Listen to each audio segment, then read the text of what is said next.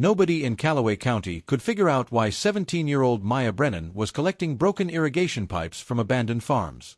For 3 weeks, she showed up at properties everyone had forgotten about, picking through rust and weeds, loading busted PVC fittings into her pickup truck, aluminum tubing with holes in it, connectors that didn't match, valves that had seized decades ago.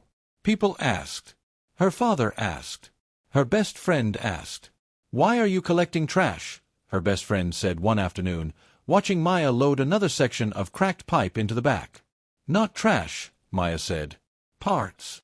She wouldn't say what for. She just kept collecting. By June, her family's property looked like a metal graveyard. Piles of irrigation systems nobody had used in 15 years. Everyone in the county knew something was coming, but nobody understood what.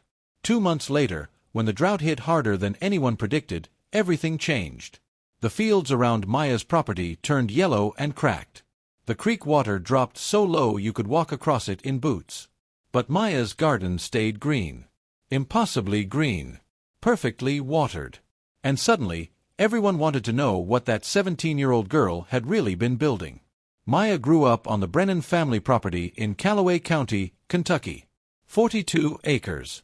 A mix of pasture and a small vegetable garden her mother had started years ago, before things got tight. Her older brother Daniel was the farming kid. He was good with cattle. He knew which fields drained well. When their father talked about the operation's future, it was always Daniel's future they meant. Maya was different.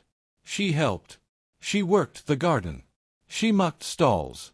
But people didn't picture her running the place one day. She was quiet. She read books about things that didn't matter much to farming. She asked questions that seemed to come from nowhere. One evening in late April, her mother found her in the barn, looking at old irrigation equipment they hadn't used in 8 years. Rusted pipes. Dead motors. Fittings that looked like they belonged in a museum. "Why are you staring at all that junk?" her mother asked. Maya turned around slowly. "What if it wasn't junk?" she said. "What if we could rebuild it?" Her mother smiled, but it was the kind of smile that meant she didn't understand. The garden at their property had been getting smaller every year. The creek that fed it ran dry by late July. Her mother had given up on tomatoes. She grew lettuce and beans and squash early in the season, then called it done by August. The soil got hard. The water table dropped. That's when Maya made a decision. She went to her father with a plan. Not a question. A plan. She wanted to invest 3 months, spring, before summer jobs. 3 months of her time. She wanted to salvage the old irrigation system. Rebuild it from scrap. Get water running to the garden again. Her father listened, then shook his head. "We can't afford new parts, Maya. And those old pipes are past saving." "I'm not asking for new parts," Maya said. "There are pipes all over this county. In ditches. Behind barns. Places that are closed down. Nobody's using them. I want to collect them." Her brother Daniel laughed from across the room. "You want to drive around collecting garbage to fix garbage," he said. But Maya had already made up her mind. She took 2 months of summer job money she'd been saving for a laptop for school, and spent it on a used truck rental for 12 weeks. She borrowed tools from her uncle. She was all in. If this didn't work, she'd wasted months and money. And the garden would stay dry anyway. The collecting started in early May. Maya showed up at old properties with a list she'd made from county records. Places that had been abandoned. Farms that changed owners. Fields that dried up 20 years ago. She'd knock on doors or just walk back to the sheds and start loading pipes into her truck. Most people were confused. Some didn't care. One old woman, Mrs. Chen, who owned a property that had been empty for 5 years, watched Maya work for an hour, then brought her lemonade. "You building something?" Mrs. Chen asked. "I'm trying to," Maya said. That was all she'd say. By the 3rd week, her uncle noticed what she was doing and asked directly, "Maya, what's the plan here? Where's this going?" "You'll see when it's done," she said. By late May, she had collected 43 sections of irrigation pipe. PVC. Aluminum. Some copper. All different sizes. Some had dents. Some had mineral buildup inside. Some were just barely salvageable. She stacked them all in an organized grid behind the barn. Not random. Arranged by size and type. Like she was preparing inventory for something. Daniel walked past one afternoon and shook his head. "This is a waste," he said. Maya didn't argue. She just kept organizing. One question hung in the air that nobody could quite ask. What was she actually going to do with 43 pieces of broken pipe? The answer came from the library. 3 months earlier, in February, Maya had stumbled across an old agricultural bulletin in the county library. It was from 1987. How to build drip irrigation from salvaged materials. It was written by a university extension agent named Dr. Raymond Kowalski, and it detailed exactly how to take old pipes, repair them, and set up a gravity-fed irrigation system. The technical principle was simple. Drip irrigation delivers water directly to plant roots through small tubes or holes in pipe. Instead of flooding a field, you use 90% less water. The water soaks in at the base of plants. No runoff. No waste. Even in drought, a small amount of water can keep things alive. But you need the right infrastructure. The old bulletin explained it step by step. You take your source, a tank or a raised waterbed. You run main lines from that source. You attach smaller lines that drip directly onto soil. You space the drip points based on plant type and soil type. The water moves slowly. Gravity does the work. No electricity needed. Most of this technology cost money. New drip tape ran $2 per foot. Connectors ran $5 to $10 each. For a 40-foot garden, you'd spend $300. But the bulletin had a whole section on salvage and repair. How to clean old pipes. How to plug holes you didn't need. How to rig connectors from different-sized pipes. How to make a gravity-fed system from a simple rain barrel instead of buying commercial tanks. Maya read that bulletin 6 times. She photocopied sections. She made notes in the margins. She showed it to her mother one evening in March. "I can do this," Maya said. Her mother looked at the old document and at her daughter's face, all determined and 17 years old. "Maybe you can," her mother said. By early June, Maya had cleaned 28 sections of pipe and was ready to build. She set up her system in one corner of the garden. A rain barrel elevated on a wooden platform. Main lines running from the barrel to 3 raised beds. Smaller drip lines connected to the mains, running along the soil surface where tomatoes and squash were growing. Everything was scavenged and patched together. She'd sealed holes in pipes with food-grade epoxy. She'd connected different-sized sections with homemade adapters made from old brass fittings. She'd even rigged a float valve so the barrel would refill from the hose automatically. The first watering happened on June 8th. She filled the barrel. She opened the system. Water moved through the lines. It reached the drip points. And then nothing happened. Water was dribbling out, but barely. Just a trickle. The drip lines she'd assembled weren't releasing enough volume. The soil was drying out between drips. The plants weren't getting the steady moisture they needed. She'd miscalculated the line size. The pipe diameter was too small for the flow rate she needed. Or maybe her connections were too tight and restricting the water. She wasn't sure. 3 days later, the whole system failed completely. One of the connectors cracked under pressure. Water was pouring out the side. The barrel drained in an hour. The raised beds went dry again. Daniel drove past that afternoon. He looked at the failed system, the cracked fitting, the water pooling on the ground, and said nothing. But his silence said everything. Maya sat in the barn that evening, covered in dirt and frustration. She'd wasted 2 weeks of work. The system was broken. The collection of pipes suddenly looked like garbage again, just like everyone had said. She almost quit. She almost admitted defeat.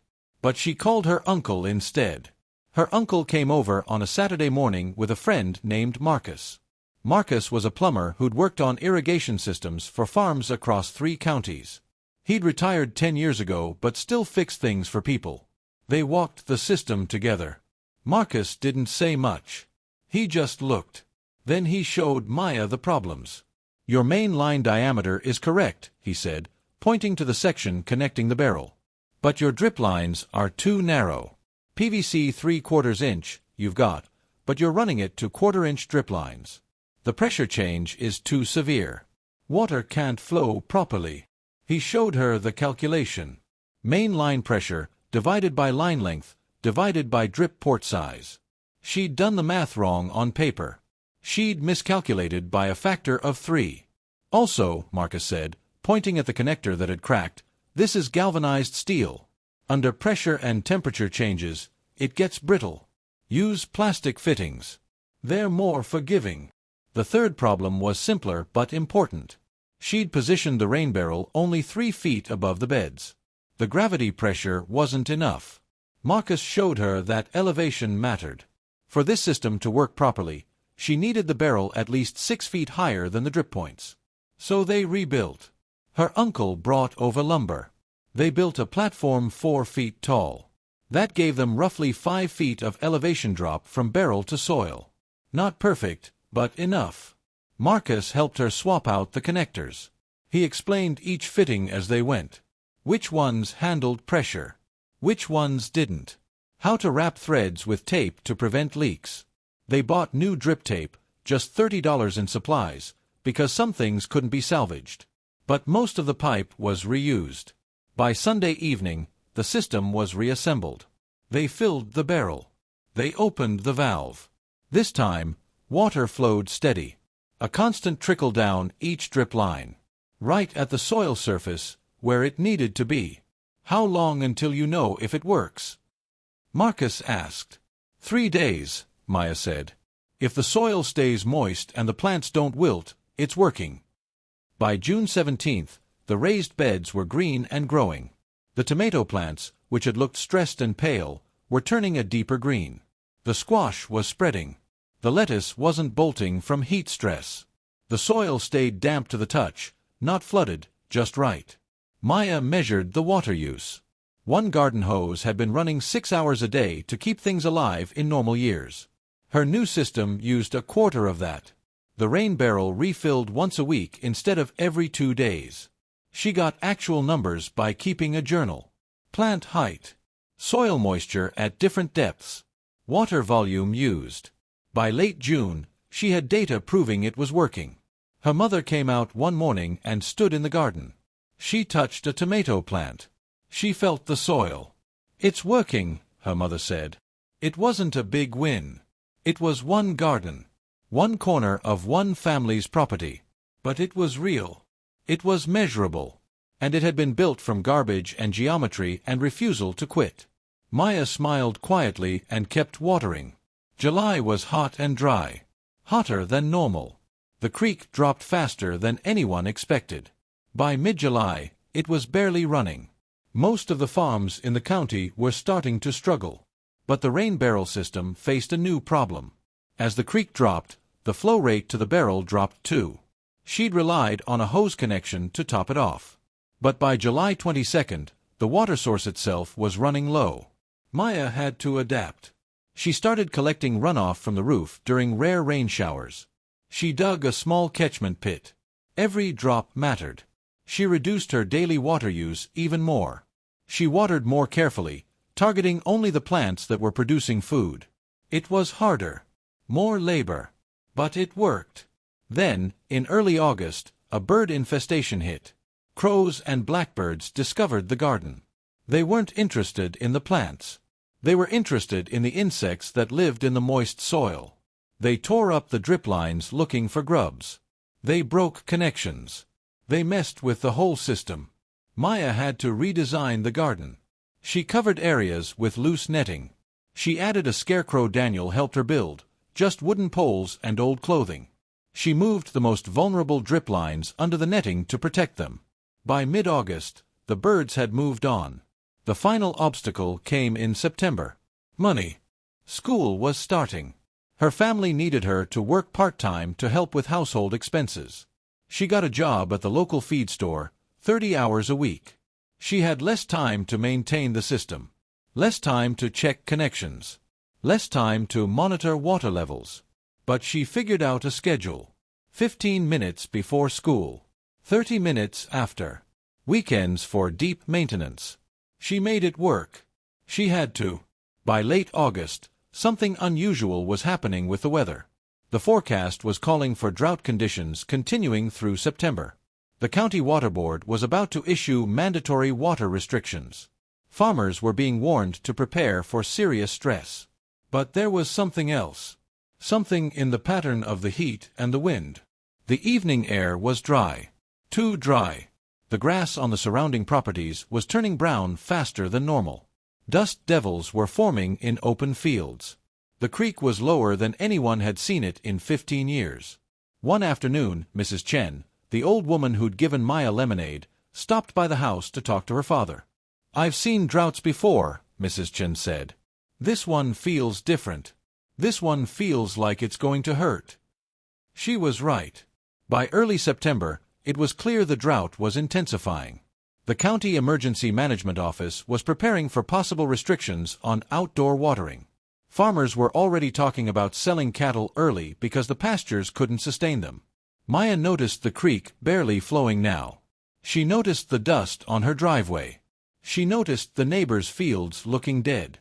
But she also noticed her system was using less water than ever, and her garden was still growing. She didn't say anything, but she paid attention. September 2nd was the hottest day of the year. 104 degrees by noon. No clouds. No wind. No mercy. The mandatory water restrictions went into effect at 6 p.m. that same day. No outdoor watering. No garden hoses. No filling pools. Nothing. The county's water supply was considered critical. Every drop had to be preserved for household use. The county looked like it was suffocating.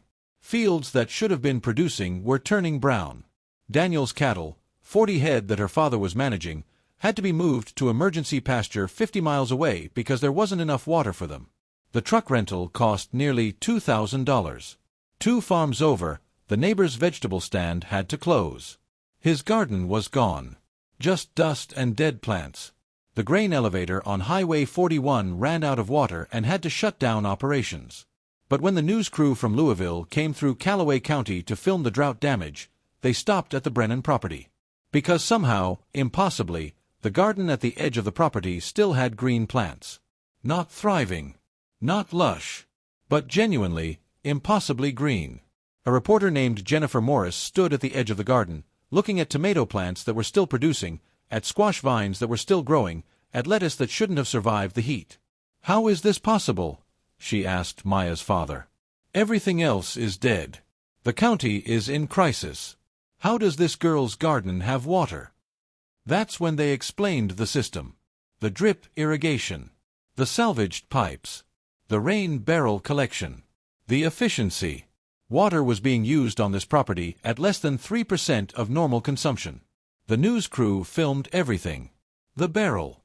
The connections. The drip lines.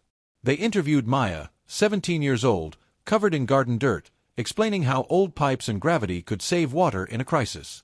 The story aired that evening on the county news. By the next morning, people were showing up at the Brennan property with questions.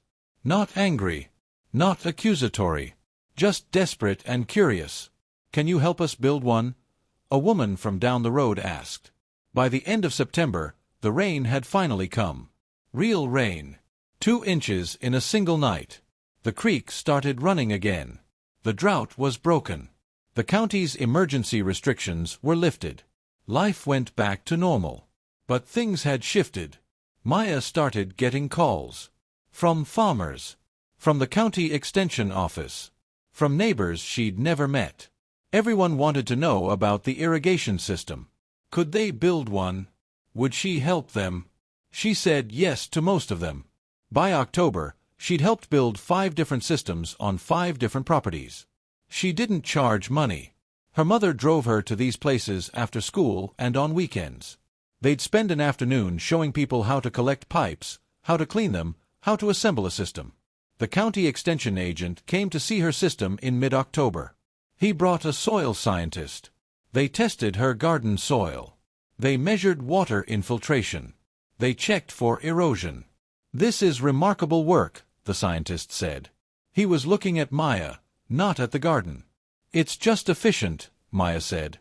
But she was smiling. Daniel, who had said the whole idea was garbage weeks before, came and asked her how to set up a system for the small orchard he was developing. She showed him. He learned. Her father didn't say much. But one afternoon, he asked her to help him plan a larger system for a new section of property they were expanding into. Not the farm operation. Just property she was making decisions about. By spring, 23 properties in Callaway County had built salvage irrigation systems based on Maya's design. The county agricultural office started promoting the model to other drought-prone areas. A small farming magazine even ran a story about the 17-year-old who built an empire of free water systems. The unresolved question from that first May, "What is she building?" had answered itself. But the answer wasn't simple. She wasn't just building irrigation systems. She was building a new way of thinking about water, about resources, about what you could do when you stopped thinking of things as trash. Maya finished high school the next year and started studying agriculture science at the University of Kentucky. But she kept building systems. On weekends. During summers. For anyone who asked. One evening, after installing a system at a farm in neighboring Adair County, her mother asked if she was going to keep doing this forever. Maya looked at the drip lines running through the garden. She looked at the rain barrel catching water from the roof. She looked at plants growing strong in conditions that should have killed them. "I'm not building individual systems," she said. "I'm building proof. That water doesn't have to be wasted. That old things can be salvaged. That 17-year-olds can figure things out their parents couldn't." She paused, then added quietly, "When you show people something is possible, they can't unknow it. That's the real thing being built."